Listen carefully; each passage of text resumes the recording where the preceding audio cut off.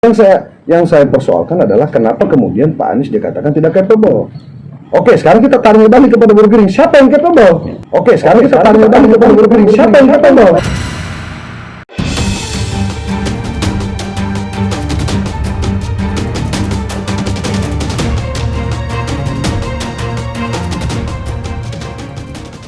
Dan inilah ketegangan yang terjadi antara Pasha, vokalis Ungu, dan Giring, mantan vokalis Niji, yang kini mencuat. Pasha tak lagi menjabat sebagai wakil wali kota Palu sejak 17 Februari 2021. Sigit Purnomo alias Pasha Ungu yang kini kembali aktif di dunia tarik suara, tiba-tiba memberikan kritikan pedas pada Giring, mantan vokalis Niji yang kini menjabat sebagai ketua partai. Kritikan Giring yang mempertanyakan capability Anies Baswedan sebagai gubernur Jakarta dalam menangani banjir disambut sentilan Pasha Ungu pada Giring. Maka inilah suara lantang Pasha Ungu terkait kritikan Giring pada Gubernur DKI Jakarta Anies Baswedan. Saya itu kan sebenarnya yang disampaikan oleh Bro Ketum Giring itu kan ada dua poin yang saya catat di situ.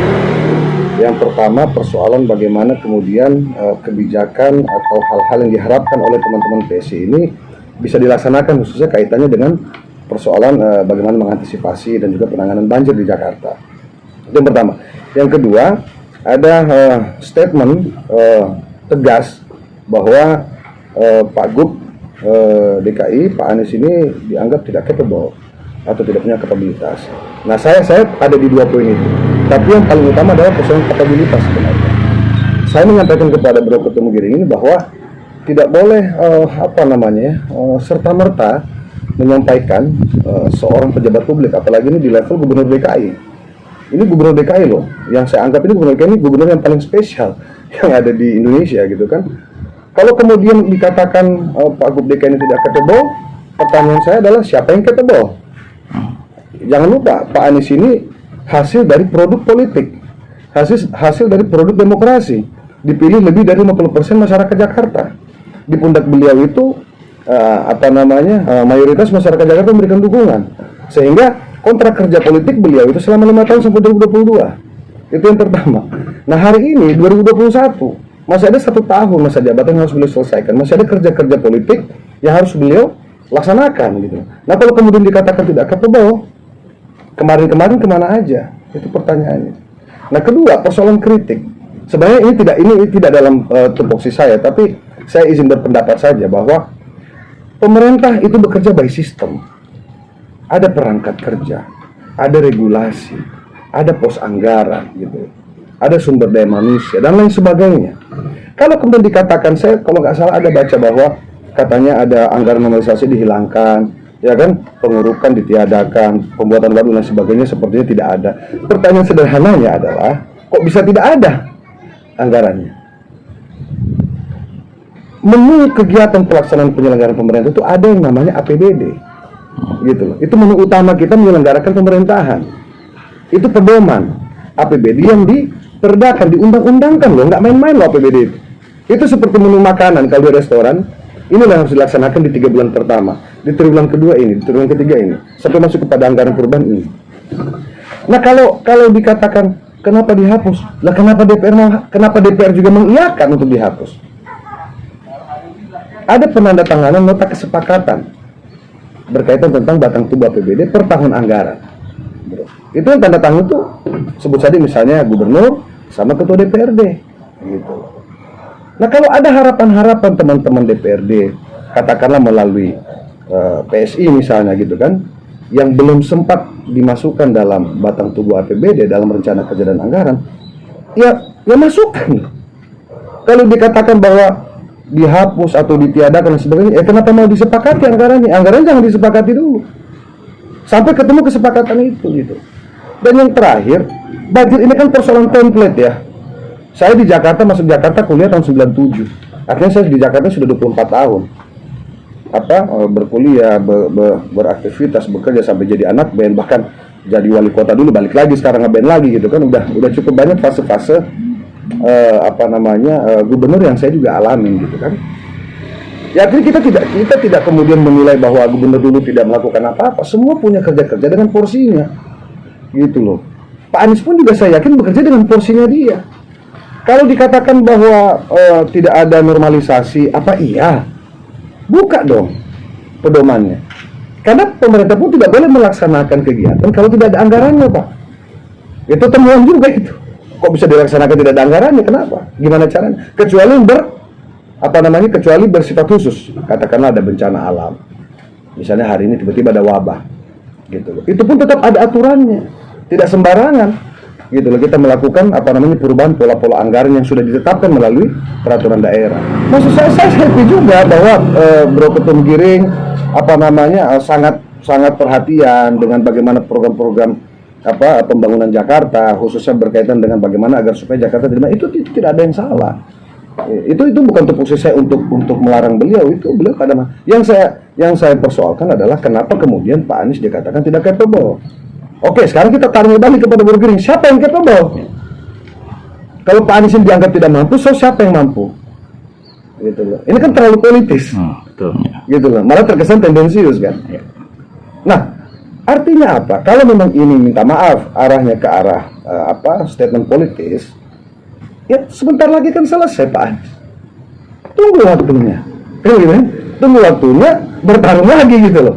Kalau kemudian ke depan katakanlah PSI, teman-teman PSI punya kader, punya calon yang memang dianggap capable tadi, dianggap mumpuni untuk maju sebagai gubernur DKI, khususnya mengatasi banjir, ya dorong. Biarkan masyarakat yang akan menilai nanti. Apakah kader yang didorong oleh PSI atau partai-partai lain ini sesuai dengan apa yang kita harapkan apa tidak, gitu. Menang apa tidak, gitu. Karena hari ini saya kira Bro Ketum Giring pencapaian politiknya saya kira sudah luar biasa. Bisa duduk sebagai PLT Ketua Umum itu luar biasa. Gitu loh. Artinya beliau ini suka tidak suka, terima tidak terima, beliau ini setara dengan ketua umum partai yang lain. Ya kan? Gitu. Ada Zulkifli Hasan, ada Ibu Mega, ada Surya Paloh, ada Erlangga Hartarto dan sebagainya. Beliau ini duduk setara. Kalau kita bicara dari aspek struktur organisasi kepartaian tadi. Keren lah, seneng lah kita. Cuma itu tadi saya katakan, bangsa kita ini kan sedang resah gitu loh. Ada persoalan pandemi yang sampai hari ini belum selesai. Bayangin aja, kalau saya nggak salah kemarin ship out pertama yang disampaikan oleh Pak Erlangga Kemenko kita, itu baru ada 60 juta. Itu untuk 2 kali vaksin, artinya baru 30 untuk 1 orang, 1 jiwa. Nah, masyarakat kita ini lebih dari kurang lebih 260 juta. Berapa lama untuk memenuhi semua itu? Terlepas nanti tuh sudah mungkin ke depan akan berbayar atau apa gitu kan. Ya berarti berapa tahun kita harus menyelesaikan persoalan pandemi ini. Ada kemiskinan baru yang dihasilkan oleh pandemi. Banyak orang yang mendadak miskin, mohon maaf. Ya kan? Mendadak miskin, mendadak sulit hidupnya, ekonominya gitu. Tiba-tiba kita masuk dengan nada-nada yang menurut saya sangat provokatif. Ngapain? Kenapa? Kenapa nggak tunggu dulu? Ayo kita turun dulu, kita keroyok dulu rame-rame nih, ini banjir nih. Ayo kita saring ke airnya, kita apain ke airnya ini, atau kita bantu ke yang korban banjir. Itu dulu. Terus nanti setelah sudah selesai, panggil dong. Itu kan DPR punya kewenangan memanggil siapa yang mengurus banjir misalnya. Katakanlah BPBD, katakanlah Dinas PU, termasuk Dinas Perhubungan di dalamnya untuk jalur-jalur jalan dan sebagainya. Undang mereka, ini kenapa bisa begini? Penasaran? Undang Pak Gubernur, hearing. Pak Gub, kenapa? Kok bisa kayak gini Pak Gub? Kita nggak enak loh sama warga kita ini, dapil kita gini. Dan ingat loh, Pak Gubernur punya 5 wali kota administratif. Kok tidak pernah dibahas barang ini? Gitu loh. Wali kota Jakarta, Jakarta Pusat, Jakarta Timur, Jakarta Barat, Utara, Selatan. Ini apa loh ini? Ini perangkat kerja Pak Gubernur. Kok nggak pernah ada yang nanya wali kotanya, walaupun sifatnya administratif? Benar nggak? Betul. Kok kita nggak pernah lihat ini ada wali kota turun misalnya? Saya nggak tahu gitu kan. Artinya, kenapa tadi saya katakan kembali lagi ke awal bahwa ini ada sistem, ada mekanisme pemerintahan yang berjalan. Tidak demikian kemudian bahwa seolah-olah siapapun yang mengkritik itu ini tidak bagus, kok begini, wah ini nggak mampu, nggak boleh begitu dong. Harus kita kedepankan politik santun. Ini Jakarta, ingat loh, ini Jakarta, ini jendela dunia, ini etalasenya Indonesia. Rusaknya Jakarta, rusaknya Indonesia menurut saya loh ya. Gitu loh. Bayangin aja di sini ada presiden loh yang tinggal di Jakarta ini. Semua lembaga negara ada di sini. Nah kalau kemudian ada provokatif kita kedepankan berkaitan tentang penilaian kita terhadap seorang gubernur misalnya, yang hari ini sedang bekerja, saya kira kurang tepat. Lantas, apa jawaban Pasha terkait anggapan keberpihakan Pasha pada Gubernur Jakarta Anies Baswedan terkait kritikan Pasha pada Giring? Kenal Anies secara dekat. Seingat saya ketemu Pak Anies ini baru 1 kali. Waktu ada acara di Bundaran HI, kalau saya nggak salah ulang tahun Jakarta, waktu itu beliau undang saya datang ke Jakarta untuk ngadirin kegiatan tersebut, bawain lagu Sidul Anak Betawi. Gitu. Itu aja. Di belakang panggung dia sampaikan, Pak Wali mohon maaf kemarin saya waktu kegiatan Haul Guru Tua ke Palu saya nggak sempat ketemu Pak Wali. Ya artinya kesan saya kepada beliau sih ramah saja, tidak ada yang kemudian berlebihan menurut saya, biasa-biasa saja. Secara dekat saya secara umum saya tidak pernah berhubungan dengan Pak Anies, tidak pernah ada. Jadi ini tidak ada maksud bahwa saya berada di pihak Anies atau enggak lah. Kalau kemudian kita tidak suka dengan pemimpin pencitraan, kita sepakat persoalan itu. Kita tidak ada yang suka pemimpin pencitraan. Kemudian kita bahwa pemimpin itu seakan-akan tidak bekerja gitu ya. Kita sepakat, kita tidak mau pemimpin itu harus bekerja, kan begitu. Tapi yang menjadi persoalan sekarang ada bahasa kapabilitas. Gitu loh, tidak capable, tidak berkemampuan untuk menjadi gubernur, tidak berkemampuan untuk melaksanakan penyelenggaraan pemerintahan di Jakarta. Nah, terus yang capable siapa? Yang mampu itu siapa? Kita pengen tahu dong. Menurut Bro Ketemu Giring yang mampu ini siapa? Kan gitu, kasih solusi dong. Oke, Pak Anies kita keep, simpan. Anggap beliau tidak mampu. Siapa yang mampu? Bagaimana mengujinya? Apa alat ukurnya? Kan debat publik, proses-proses pilkada kemarin kan sudah ada. Cukup panjang kan saya kira kan. Ya, bagaimana debat, semua menyampaikan visi dan misi dan lain sebagainya. Jadi saya kira Pak Anies ya sudah memenuhi proses itu, dan faktanya beliau sudah mendapat amanat dari masyarakat untuk melaksanakan tugas itu. Iya, itu satu ya naluri politik sih sebenarnya. Gitu loh. Karena saya anggap Bro Ketum Giring ini kan statement politik. Iya. Setiap statement penyampaian yang dikeluarkan oleh seorang dalam posisi ketua umum ini bro, dalam struktur bernegara ini presiden gitu. Jadi di partai ketua umum itu presiden, ngerti ya, dalam struktur bernegara, struktur kenegaraan. Jadi menurut saya seorang ketua umum itu tidak boleh sembarangan berbicara.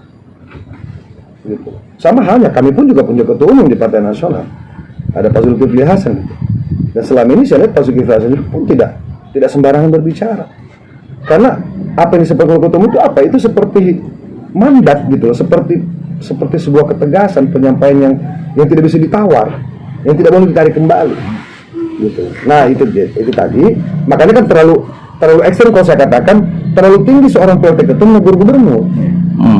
Cukup ketua DPW PSI saja kalau dia punya ketua wilayah di DKI atau mewakili parlemen. Lantas seperti apa hubungan Pasha dan Giring sekarang? Kemarin Bro Giring kan sempat dukung saya juga untuk maju sebagai wakil gubernur di Sulawesi Tengah. Itu saya dengan Giring gak ada masalah. Saya dengan Giring sangat bersahabat.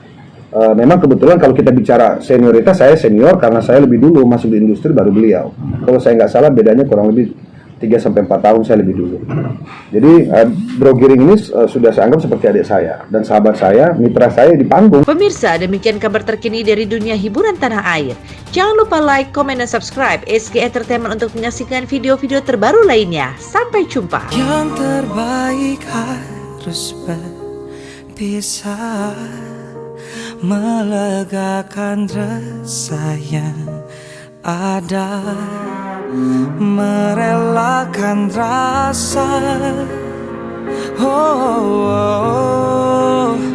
Dari awal jumpa, jangan jadikan ini dendam, resapilah